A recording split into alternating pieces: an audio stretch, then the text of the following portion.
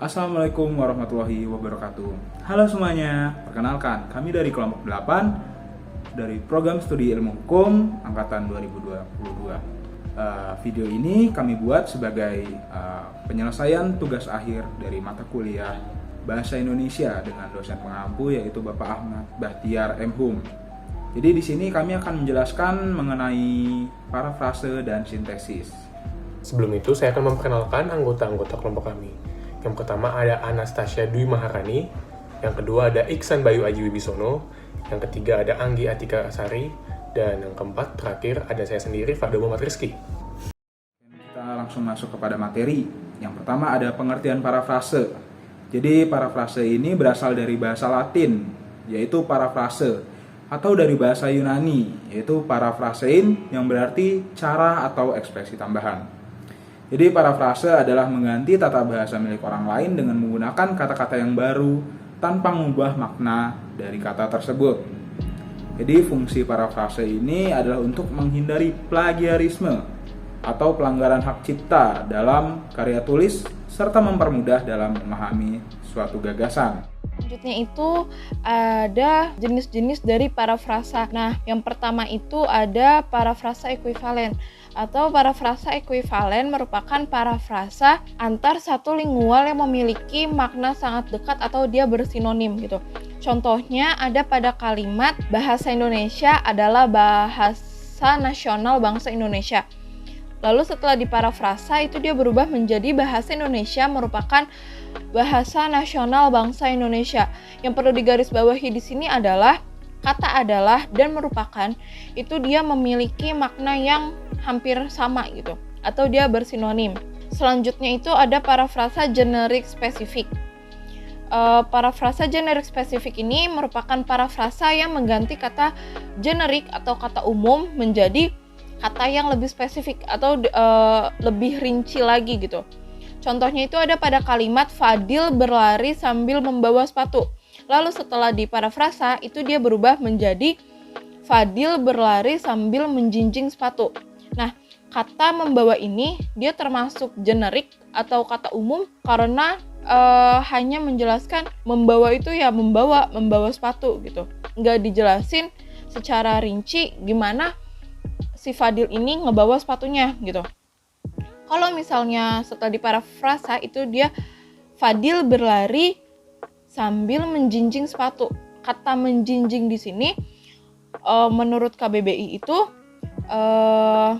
menjinjing adalah membawa sesuatu dengan posisi tangan ke bawah dan tidak terlalu erat megangnya. Jadi menjinjing ini tuh dia lebih spesifik atau lebih rinci lagi. Jadi kalau misalnya membawa ya dia cuma ngebawa, kalau misalnya menjinjing nih dijelasin gimana cara orang tersebut membawa barangnya gitu, membawa sesuatu itu gimana. Selanjutnya itu ada parafrasa keantoniman ingkaran. Jadi parafrasa keantoniman ingkaran ini merupakan parafrasa yang memiliki makna ingkar atau berlawanan. Contohnya itu ada pada kalimat minuman ini tidak panas tetapi hangat. Lalu minuman ini tidak panas hanya hangat. Selanjutnya ada parafrasa amplifikasi. Jadi parafrasa amplifikasi ini merupakan pengulangan lingual serta memberikan keterangan tambahan. Bisa dilihat itu contohnya Anggi sedang makan. Nah, setelah diparafrasa itu berubah menjadi Anggi sedang makan bubur ayam. Ini udah benar karena kan pengulangan lingualnya tetap ya. Jadi Anggi sedang makan nggak diubah apa-apa, tapi dia ditambahkan keterangan gitu. Jadi kayak Anggi sedang makan bubur ayam gitu. Jadi ditambah keterangan tambahannya itu ya bubur ayam ini. Ya, yang berikutnya ada parafrase kontraksi. Jadi parafrase kontraksi ini adalah pengurangan lingual tanpa mengubah makna kalimat tersebut. Mudahnya parafrase kontraksi ini adalah lawan dari parafrase amplifikasi. Jika tadi parafrase amplifikasi itu adalah menambahkan sebuah kalimat dengan kalimat lain. Dalam parafrase kontraksi ini kita mengurangi dari sebuah kalimat yang panjang kita ringkas jadi lebih pendek. Untuk contohnya yaitu ada Ferdinand Marcos meninggal pada bulan September beberapa tahun yang lalu. Setelah diparafrase berubah menjadi Ferdinand Marcos meninggal September beberapa tahun yang lalu. Jadi kata bulan dalam kalimat pertama sebelum diparafrase itu dihilangkan. Yang berikutnya ada parafrase rangkuman. Jadi parafrase ini adalah parafrase yang merangkum satuan lingual dengan lingual lainnya. Mudahnya parafrase rangkuman ini adalah meringkas.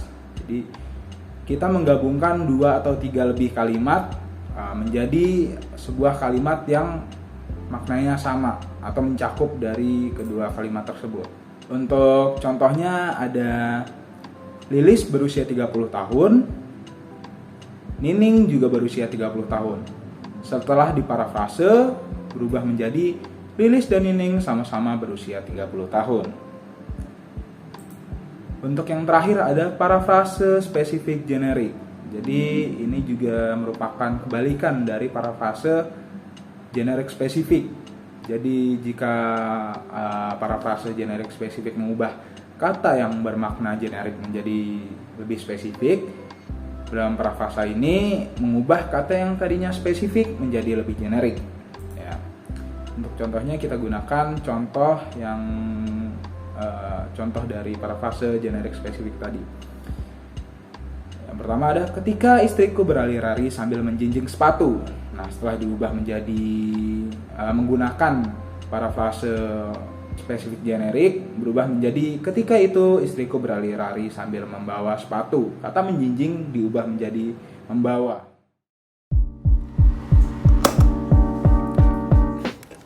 Oke, di sini saya akan menjelaskan apa itu sintesis. Mulai dari pengertiannya. Sintesis merupakan rangkuman dari berbagai sumber maupun pendapat ahli mengenai suatu topik yang sedang dibahas oleh penulis dalam suatu karya ilmiah. Sintesis ini merupakan bagian terpenting, ingat bagian terpenting, dalam proses penyusunan karya tulis ilmiah dan menjadi penentu kelengkapan karya tulis ilmiah. Jadi bisa dibilang karya ilmiah belum bisa dibilang lengkap kalau tidak ada sintesis ini.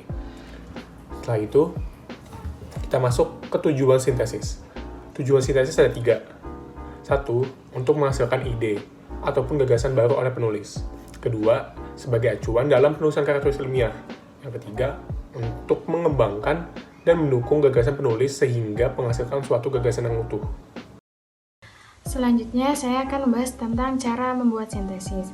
Seperti yang sudah dijelaskan oleh teman saya, sintesis itu adalah rangkuman dari berbagai sumber atau pendapat ahli mengenai topik yang dipilih penulis dalam karya tulis ilmiah.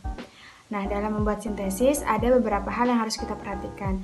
Yang pertama, penulis harus bersikap objektif, artinya penulis dapat membedakan antara fakta dan pendapat penulis atau pendapat pribadi, sehingga sumber yang termuat dalam karya tulis ilmiah sesuai dengan fakta dan tanpa dicampuri dengan urusan pribadi. Lalu yang kedua adalah penulis harus bersikap kritis terhadap suatu sumber, artinya dapat mengevaluasi informasi, mana informasi yang akurat atau terpercaya dan mana yang tidak, sehingga sumber-sumber yang termuat dalam karya tulis ilmiah itu berdasarkan fakta. Lalu yang ketiga, penulis dapat menemukan ikatan antara satu sumber dengan sumber yang lainnya. Penulis itu dalam mencari sumber-sumber harus berkaitan antara satu sumber dengan sumber yang lainnya, sehingga berhubungan. Lalu yang keempat itu adalah penulis dapat mengelompokkan informasi yang akan digunakan dalam penulisan. Penulis itu dapat mengelompokkan mana informasi yang sesuai dengan judul karya tulis ilmiah penulis dan mana yang tidak. Itu adalah beberapa hal atau beberapa cara dalam membuat sintesis.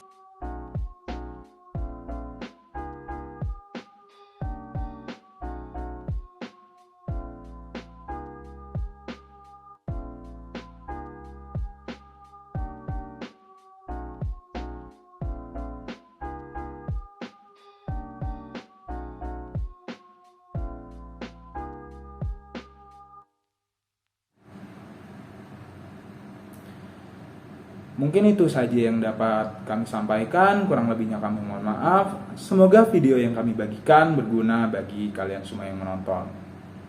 Akhir kata, billahi taufiq wal hidayah. Wassalamualaikum warahmatullahi wabarakatuh. Terima kasih sudah menonton.